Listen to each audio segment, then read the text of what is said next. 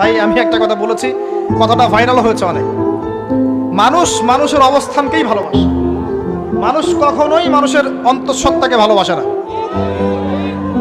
অবস্থান আপনার ভালো, আপনার পিছনে মানুষের অভাব থাকবে না।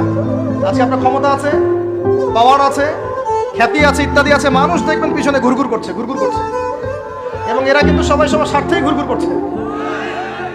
এর বাইরে আল্লাহ পাক কিছু মানুষের মনে আল্লাহর পক্ষ থেকে মহব্বত দেন, এটা আলাদা বিষয়। আপনি মানুষকে সন্তুষ্ট করতে পারবেন না। পরিবার, বাবা মা, ছেলে মেয়ে, বউ বাচ্চা, কাউকে সন্তুষ্ট করতে পারবেন না। 100% আপনি কাউকে সন্তুষ্ট করতে পারবেন না। সারা জীবন করে যাবেন, আপনার বিরুদ্ধে অভিযোগ থেকেই যাবে। শুধু আল্লাহ রাব্বুল আলামিন অপেক্ষা করে বসে আছেন, আপনি কখন তওবা করে তার দিকে ফিরে আসবেন। দিন আল্লাহ পাক আপনাকে মাফ করে দিবেন ইনশাআল্লাহ। আল্লাহ পাক বলেছেন, শোনেন, ইল্লা মান তাবা, যে অনেক গুনাহ করেছে, শিরক করেছে, জিনা করেছে, মদ খেয়েছে, বেদাত করেছে, হারাম খেয়েছে, আল্লাহ পাকের অবাধ্য হয়েছে, নামাজ পড়ে নাই, যাকাত দেয় না, ইত্যাদি ইত্যাদি অনেক অন্যায় করেছে,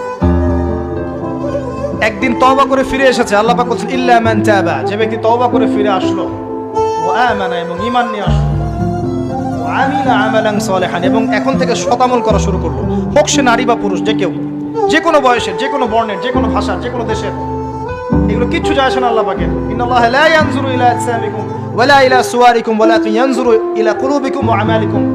আল্লাহ পাক শুধু কলব দেখেন, আমল দেখেন, রক্ত মাংস বর্ণ এগুলো দেখেন না। আল্লাহ পাক ফিরে এসেছে, আমল, ঈমান এনেছে, আমল সালেহ করেছে।